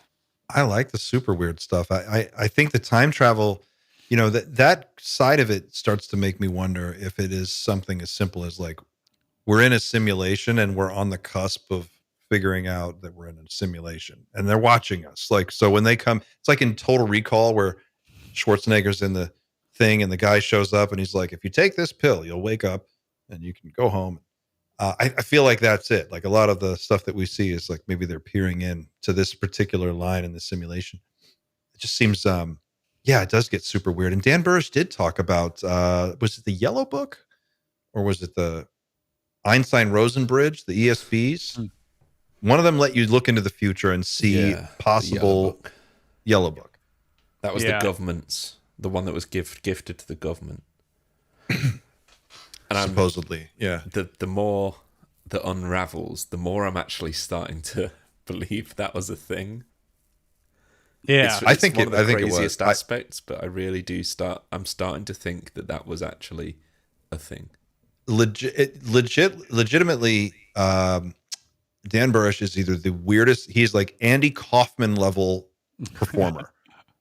Weird. Like he is fully dedicated his whole life to being this character and going all in, balls to the wall on this one thing. And that's what he's doing. Or he's completely insane, or he's telling the truth. Like I feel like I'm there though. I'm kind of like I'm on the Dan Burrish train still. It's truth is probably stranger than fiction, but when it comes to the government's interest in psi ability, it is there. It continues to be there, I believe. And I think as much as you look at all of the cases of crashes or alleged interviews or, alleged, interactions with beings, there is always a consciousness component. It always comes back down to that. Like the deeper you go into the UFO stuff, you're just rerouted back to the consciousness conversation. And so, I think that at the end of the road, it's probably tech trying to catch up to consciousness somehow. And that's what we're maybe trying to do is like, or maybe there's other species that we're interacting with that have already done that, where they're like, their tech is caught up to consciousness, and not the other way around. Speaking of consciousness, we had somebody, Terrence, in the chat had a question for you, Chris, if you don't mind. He wanted to know what your thoughts are on telepathy tapes. Yeah, I think it's interesting. I think it deserves... I like the fact that it became mainstream and that we're talking about it. I think that's really valuable for so many parapsychologists and people who are looking into psi stuff at a scientific scale. And obviously for people like myself who, I'm not a scientist, and it's very interesting to me as a magician as well. It's interesting for other reasons, but I think it's good that we continue to have this conversation. I don't want to say I worry, but I'm hopeful that we are making sure that the research is done under heavy scrutiny. As a magician myself, I do believe that it is very valuable to have a magician present to make sure that the variables are properly respected and that methods can be eliminated.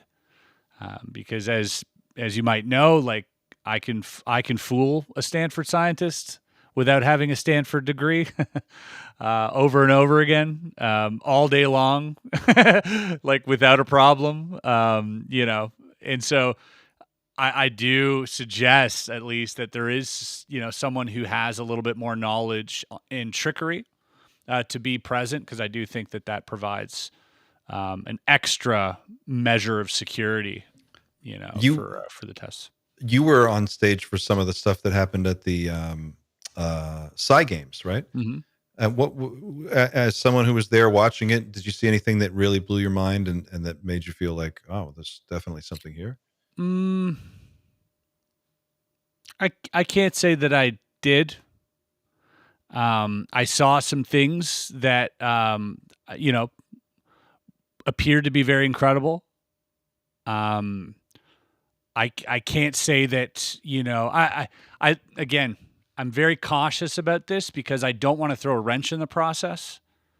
I think what they're doing is really valuable work, but I do want people to be cautious when it comes to creating the test conditions. And if it were up to me, it would, there's certain things that I would have done differently. And I was actually consulted on that, and they weren't done, which is fine because, it's in its infancy, I guess, and it's sort of like still budding. But, personally, I would have liked to see a little bit more scrutiny, especially when it comes to like blindfold stuff. I think, as a magician, I can go over here and take 5 books off the shelf that talk about how to, peek with blindfolds and methods. I won't divulge how to do it because I'm a magician. But I can say that if you put something in a box, there's no way anyone can see it. Mm-hmm. So why aren't we doing that is my question. Yeah. That's what, or use drywall, or put the person in a room that has drywall all around, in that should be unequivocal if we do it under those conditions. And that's all I want. I just want to be convinced as well, knowing methods. So that's like how Ingo Swan talks about the stuff they were doing at SRI back in the early days. He was like, they would have a handwritten note, and it would be in a different room, like up inside of a lamp up high on the ceiling. Like there'd be like a lamp hanging down and somebody would like put it in there, and he had to figure out what was written on it. They would do these crazy, it seemed like it was really well thought out. I mean, and then was it Hal Puthoff? No, I'm thinking Russell Targ. Russell Targ's talked about some of the controls that they used in those experiments. But there's a magician who was known for debunking all this stuff, the James amazing Randy. Yeah. You seem quite a bit more open-minded than Randy. What is your take of Randy's dismissal of all this stuff back in the day? Well, I think if you're going to go into this stuff, there might be a Pygmalion effect. There might be some type of belief that actually affects the outcome. You mentioned Russell Targ. Russell Targ also has a magic background. Used to perform as a young man. Actually, through those performances, observed what he called mixed mediumship a few times, which actually got him interested in psi. So that being said, I think that there was a teacher that lectured in one of Russell's, I think it was in high school in New York, and the teacher, I think his name was Dr. Rosenthal. He wrote a book called Pygmalion in the Classroom, which is like he told 20% of the students that, oh, you guys are, geniuses in the making. I can tell you have all the ingredients. You just haven't shown it yet. And it's gonna show. And I'm very excited. And you'd watch their IQ just skyrocket after that, right? So some type of like positive implantation of the notion that it is possible that they can do it actually had an effect. And then Russell would use that at SRI as well, where he would say, we're not going to try and remote view, we're going to remote view. And, that might be a subtle difference that actually matters. Certainly if consciousness and ego has something to do with it, then I don't think the conditions that James Randi had ever set were proper conditions to begin with. I think bias obviously can affect an outcome. And so for anyone saying, well, if the telepathy tapes are real, why don't they collect $1 million from James Randi? Because James Randi isn't doing real tests either. Well, obviously he's passed, but whatever they're doing with his tests, they're not conducting a proper research either. That's you not need a like benchmark. a third party to adjudicate the whole thing to make sure. Absolutely. So there is, some bias on both sides that we need to be really mindful of. But yeah, hopefully using a magician's brain to at least create the test and then have the magician step away, that's fine. So did you have one final thought there, Clint? I was going to ask him about Uri Geller. Can you go anywhere with Uri Geller? Yeah, I have this queued up right now. I don't know if you saw on the other screen. I have to ask about Uri. So, because you brought up James Randi, I immediately thought of Uri Geller and just pulled up his X account. Because have you seen what he's psychic been saying? Overlay going on here? Have you been seeing what he's been putting on X this last week? I mean, he's been putting a lot of stuff on X for a long time, and alien related. Oh yes, where he's like, in my box, I have the photos. Yeah, so this one. We'll play it just because people may not have seen it, but this is perfect. This is perfect. Here we go. Look at his shirt. Hi, my dear friends. This is the camera, the Minox camera with which I photographed the alien bodies. I actually got this from the CIA to spy for them. This is the day I met Dr. Werner von Braun. Here he's showing me a piece of a UFO. I actually got this gift from him, a Zeiss camera. And this is when he takes me out to the car park and we drive to a concrete building. And if you haven't seen the animated film, it's on my website. It's also on my X. This is from the animation. This is exactly what I saw. We went down there. I saw bodies. Some were injured. Let me show you where I keep the negatives of the Minox. Does he live in a castle? Gosh, we're going back 50 years. It's his museum. So cool. I believe this was actually Sigmund Freud's safe. That Make safe sure wasn't nobody locked. It's funny that he's like, I believe it was. I Sigmund blanked Freud's. out Maybe the crucial not. ones. There it is. Minox. Uri, you've got your hand over it. What are you doing? I will not reveal them yet. You know why? Because I want this man to be the first to announce the revelation. No doubt he will take a group of journalists from all over the world into that space, into that refrigerated room. Maybe they've moved them elsewhere. They exist, and to those skeptics, you will eat your hearts out when we reveal the photographs and when he reveals the bodies. Amazing. There's so much to take away from this video. One, Uri looks great. He's like 74. He does look good. Dude, he looks great for his age, gotta say. Secondly, the camera guy knowing exactly when to zoom in and where, you know that wasn't the first take. So that's, yeah, he's probably like, no, you got wrong guy. You're not zooming in on the right thing. Yeah, interesting. Xander, what do you think? Does he have the negatives? Are they in that box? He has negatives. Do you know what? I'm cautiously optimistic. I don't know why. I don't know. Like, is this gonna help Uri Geller's career in any way? Is he? He doesn't need it. Just He's been enjoy... doing this type of thing for a long time now. Yeah. This hype. Does he enjoy like the hype? Do you think? I don't. Yeah. You think it's an enjoyment of the attention? I mean, there's part of that for sure, dude. He's got a shirt that says Geller on it. Might be Ross Geller. It has spoons. What did you think about his Johnny Carson, the whole thing with Johnny Carson? I mean, that was kind of, I'm surprised that he was able to recover from that. Listen, as far as magicians go, you know, we have Uri in a magician category. And now, that's not to say that he doesn't also possess some remote viewing prowess. I'm not going to negate that. That is a possibility. What I can say is that if you have the ability to fake the stuff, then by no means should we believe that it's true. You know, and that goes for me too. That goes for me. I think people should be cautious. I'm a magician, and if I say this, that, yeah, you should be cautious.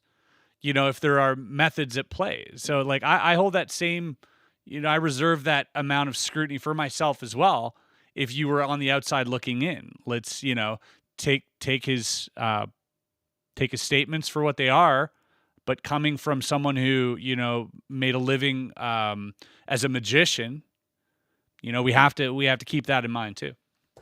I had one extra thought related to why would it be Uri Geller of all people that gets shown this stuff? And in a way, it kind of, maybe I'm reaching too much, but at one point he was one of the most, if not the most famous magician on the planet.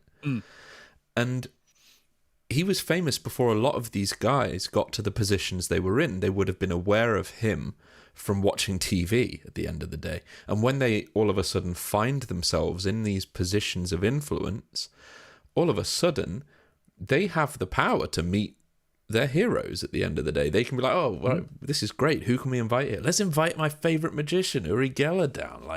And they're sort of, because they have an opportunity to share this with somebody that they've been watching on TV for so many years, that kind of, it makes it seem a little bit more plausible rather than him really earning his way there for his abilities as a psionic or bending spoons. Like, nobody needs him to bend spoons. It's more, he's got notoriety and it's almost fun. Like Nixon showed, was it Jackie Gleason? Yeah.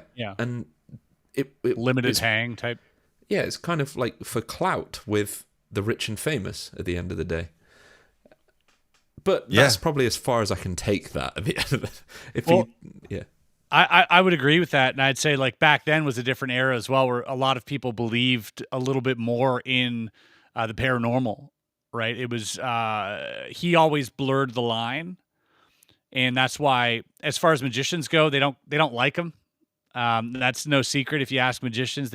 Uri is not very well liked in the magic community because they believe that he is crossing an ethical boundary. When you're a magician, you're given responsibilities.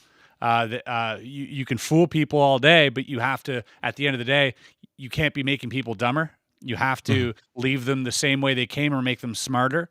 But to, use a trick and then to say it was real, convincing someone of something that may or may not actually exist outside of that trick, I think is not good ethical etiquette. I think that you have to be careful with that type of responsibility. I'm not out here telling people I can actually read minds. I tell them it's a trick. I won't tell them how it's done, and I'll create a nice little fictional bubble that they can live in, and they're aware that it's fiction. But I'm not going to outright pretend that I have psychic ability. I watched well, it was Johnny Carson was a magician too, right? Yeah, Wasn't that the he whole dabbled. Yeah. idea behind that? So for people who haven't seen it, Johnny Carson had Uri Geller on. He was a guest on Johnny Carson's show many, many years ago, and he was supposed to do spoon bending on the show, which at that time, pre-internet, this is the whole country's watching Johnny Carson. Everybody's watching it. This is the one thing everybody's going to talk about tomorrow. And he has these spoons, and Carson switches them with his own set of spoons. He sends like a PA out to the store to buy a bunch of spoons and bring them in. And he gives them back to Uri Geller, and he says, "Okay, now do the spoon bending." And he flakes, like he can't do it. He just Fails, it's really hard to watch. It's very like uncomfortable, and they just sit there and let him steam. And it's like, wow. After that, to watch how closely he aligns himself with the UFO world, it seems like it's a social media thing. It's a way to be in the conversation. And this whole thing at the end, like, I've got the negatives, but I'm going to wait for the president to show them. Come on, man. Like, just be the guy. Be that guy. Strange bluff. Yeah. It's a weird bluff. Like, how about I'm going to be Uri Geller, the guy who I'm going to blow the lid off this thing once and for all, and then I'm going to mic drop. I think the biggest problem is that who would let him hold on to those negatives in a very old safe that, by which the looks may of or may things, not be Sigmund Freud's, by the way. He doesn't know. We don't know. We'll never know. But it clearly wasn't locked when he walked up to it either. Well, because it was take two. Yeah, it was. They'd already spent. It was locked half in an take hour one. it They're takes yeah, to I'll just take all keep the it unlocked padlocks this off. time. Yeah, this video will be over 3 minutes if I lock it. Yeah, they wouldn't let him hold on to evidence of that quality. Surely they would not do that. They'd just steal it from him. Yeah. I think back during that time, it was like you were saying, Xander. I think it's more like, who will ever believe? No one will ever believe that you saw. Like, what are you going to say? The president took you into a room and showed you some. I think at this point, yeah, if Uri came out with photos, I don't think anyone's gonna really like go, oh my god. Like, I mean, he's shared so much weird shit on Twitter, on X. Like, oh, didn't he share like photos of like it was like a still from like the BTS of an X-Files episode and said, these are real bodies. And like, he was like, these are real. They were given to me, and or like whatever. Like, so it's sensationalized stuff. Interesting. Yes. Entertaining. Absolutely. I wouldn't go any further than that. Yeah. Personally. I'm with you on that. Larry Jones thanks for the super chat, Larry. Larry Jones says, all of us may have the potential power of Q, potential God wars. Maybe we're all capable of manifesting. Have you ever manifested successfully outside of entertaining? Yeah. In your own life? Absolutely. So I had to talk about this very thing at Psy Games, which is what got me really interested into this stuff. And the talk was sort of magic. So magic with a C, magic with a K, magic with a J, and how they're all sort of related. And can you tell us what the differences are? I don't want to sidetrack you, but sure. For people who don't know, I don't know. Yeah, magic with a C being like the prestidigitation, ledger domain, sleight of hand, and trickery. Magic with a K being more of the occult related, so ritualistic things dating back to maybe Hermeticism and all sorts of other things that relate to that. And then magic with a J, sort of the majestic abbreviation, the MAJ, or Magic Eyes Only, going back to, the alleged MJ12 documents. And so those three things I thought was a cute title for a talk. And there is something that magicians experience that Russell Targ talked about, which is mixed mediumship. And also, Russell Targ's father had a bookshop, and they sold occult books. So that's just another tangent that I found out. Cool. And he was a magician, really... and then like the UFO thing, right? So it's pretty cool. Wow. But I think that here's the thing: magicians don't talk about real magic that happens to them. And I use that in giant air quotes, but when we perform things, when we're feeling extremely confident, we will sometimes take a chance because we're in this sort of flow state where nothing can go wrong. And we know that we have enough in the back of our minds to get us out of any sticky situation. And maybe the performance is just too easy and things are just going, and you're like, you know what? Let me just go for something. And when you go for it, I mean, like, you know, saying someone's last name or their job or, you know, anything like that, just kind of like going for it. And it hits more often than it should. I'll say that. And magicians will agree with me. In fact, they have agreed with me. I asked a bunch of them, and 200 of them have written back to me with their own little tales of miracles that have happened during their performances.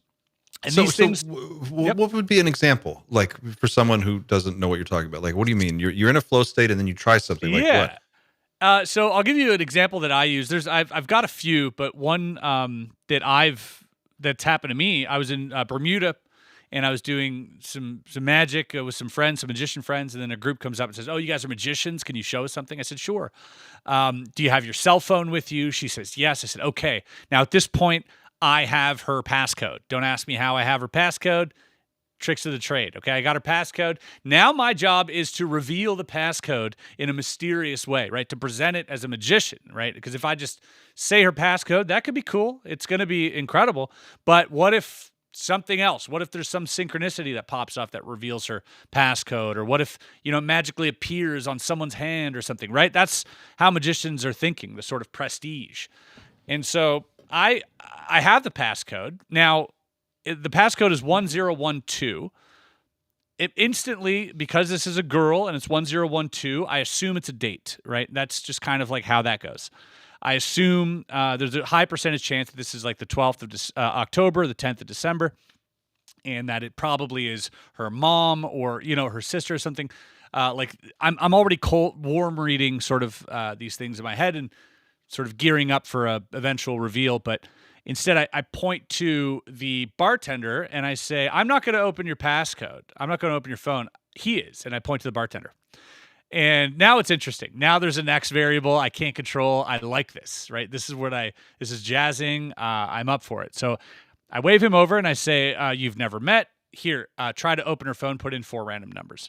The phone doesn't open. He goes 1, 2, 3, 4, right? Doesn't open. Everybody kind of goes, "Oh my God." Like we kind of have a sigh of relief because, you know, they half expected it to work, right? And I'm like, one day it's going to work. It's a numbers game, right? And now I say, "You know what? I think it's more of a personal number. Why don't you try your passcode?" And he puts in his passcode and the phone opens. And now my friends are like, "What trick are you doing? Like, I don't know. I don't understand what method you just used to do this." Like, they're thoroughly fooled. These people are freaking out. I'm holding my composure like a true magician. I'm going, ta-da, right? And then I go, "Hold on a second. I think there's something really interesting that just happened. I think you guys have the same birthday." And sure enough, they were born on the exact same day and the same year, and they both use that for their own passcodes, right? So I've worked out the odds, including the birthday paradox, everything else. It's like 1 in 100 million. Like, it's that I pointed to the person who had the same birthday and passcode is just insane.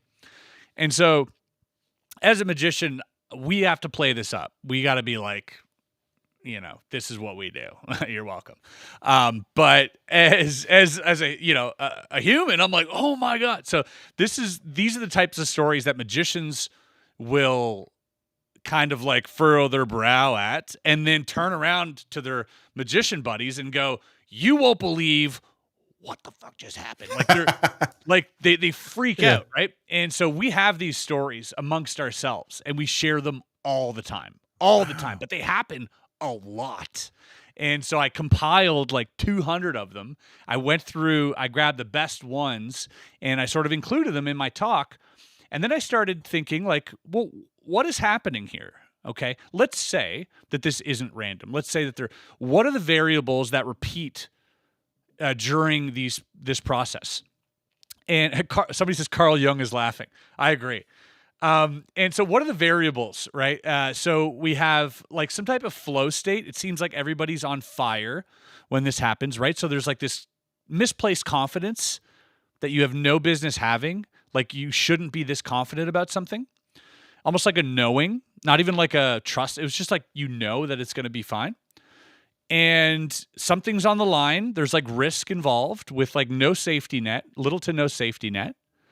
And also there is like a prestige exchange where the audience believes that you're capable of something like that, right? That Pygmalion effect that I'd mentioned. So it's these type of things that, you know, when put together, you could say, okay, is this retrocausal? Is this predictive? Are we looking at, are we looking into the future? Are we all, you know, some type of morphic field going on and we're all tapping into that? Or is it just that the strongest, most confident intention in the room collapsed that wave at that moment? And that before I said anything, his passcode wasn't the same. And it was just held in some quantum suspension until I collapsed it for my own reality. And I know it's a weird thought, but I took this example. By the way, when I told this story to a magician friend of mine in Spain last month, he was in front of me, and he has his phone in front of me, and he pushed it towards me, and he goes, "Open my phone." And I go, "No way." His passcode was 1012, right? So another synchronicity. Now I'm like, this is crazy. He's a magician, so I'm like, did you? And he's like, no, he's like a hippie guy. He's not like a phone guy magician. So anyways, little tangent, but what I found really interesting about this stuff is that after the talk, I sat in the room at Psy Games. They were doing the dowsing thing, right? So they had 6 plates on the ground, and under 2 of them were like metallic pucks, one made of silver, one made of copper. They were numbered 1 to 6. They would bring out the dowsers, and the dowsers would use whatever dowsing tool was relevant to them, whether it's a pendulum, dowsing rods, their hand, whatever, to try and determine which one is under where. Now, it's a 1 in 30 chance. It's 6 over 6 times 5 over 6, or 1 over 6 times 1 over 5, whatever. And they're basically saying, okay, where are they? No one got it exact. Okay, by the way. When this starts, I turn to the table beside me. There's about 7 people there. I just finished my talk. And I go, silver is under 2, copper is under 5. And they go, how do you know that? I'm like, because it is. And they go, yeah, did someone tell you? I'm like, no. They're like, well, how do you know? I'm like, because that's what it is. I can't tell you. It just is. That's what it is. Watch. And we sat there and we watched them through process of elimination get rid of the ones it wasn't under. And when it came down to 2 and 5, it was silver under 2 and copper under 5. I stood up and took a bow at the table. Everybody was like, whoa, nobody on stage got it.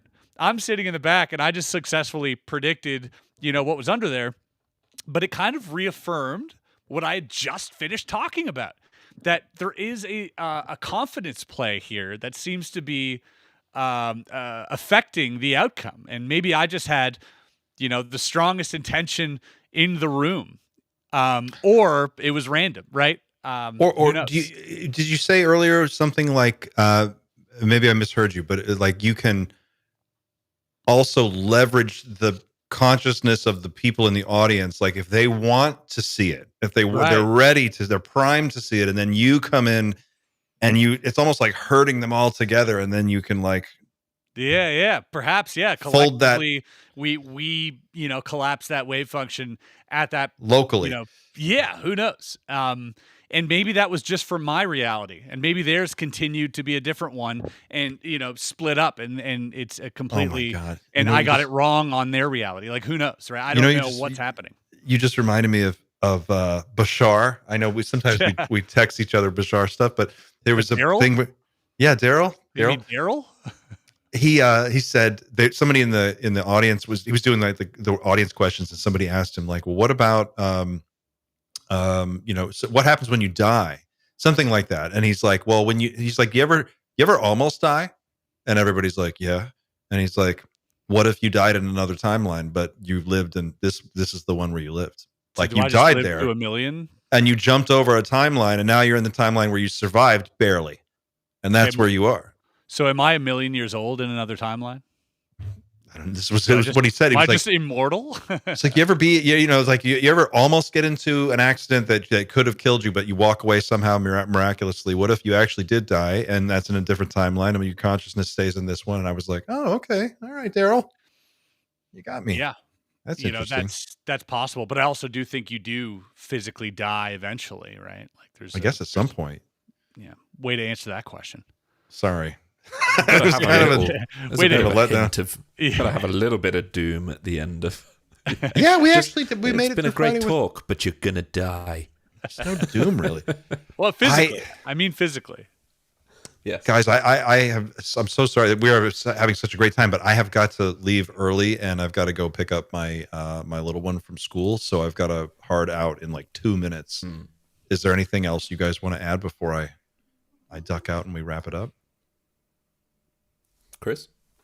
I'm good. Oh. I don't know. I'm good if you're good. Just All right, guys. Just a quick reminder: October is I'm doing some charity stuff. So yeah, go back and just check out the Dreamland Motel. There'll be a video about it coming up probably tomorrow. And yeah, I'll drop another link to the Just Giving in the chat. And yeah. And you're going to shave your head and your beard, right? If you hit the goal? Not a chance. Not a chance. That's awesome that you're doing that, Xander. I think thank that's you. really, really cool. Thank you. Indeed. Yep. Go check out that thing at the Dreamland Chris, Motel. thanks for dropping in, man. Thanks for having me. A lot of fun. We've got to wrap it there. I'm sorry, guys, I got to go, but thanks for watching, everybody at home. Thanks for joining us in the chat. It was great to hear from all of you. Really lively, active chat today. This is great. These Friday shows are really picking up. So we owe all that to you guys. Thanks for being a part of it and hanging out with us every week. We'll be back next week, so hang out with us then. Until then, don't forget to like and share the video, leave a comment, and you can go to teamnightshift.com if you're really cool and you want to send me an email. And that's it for now. We'll see you soon. Take care of yourselves and each other. Keep looking up, everybody.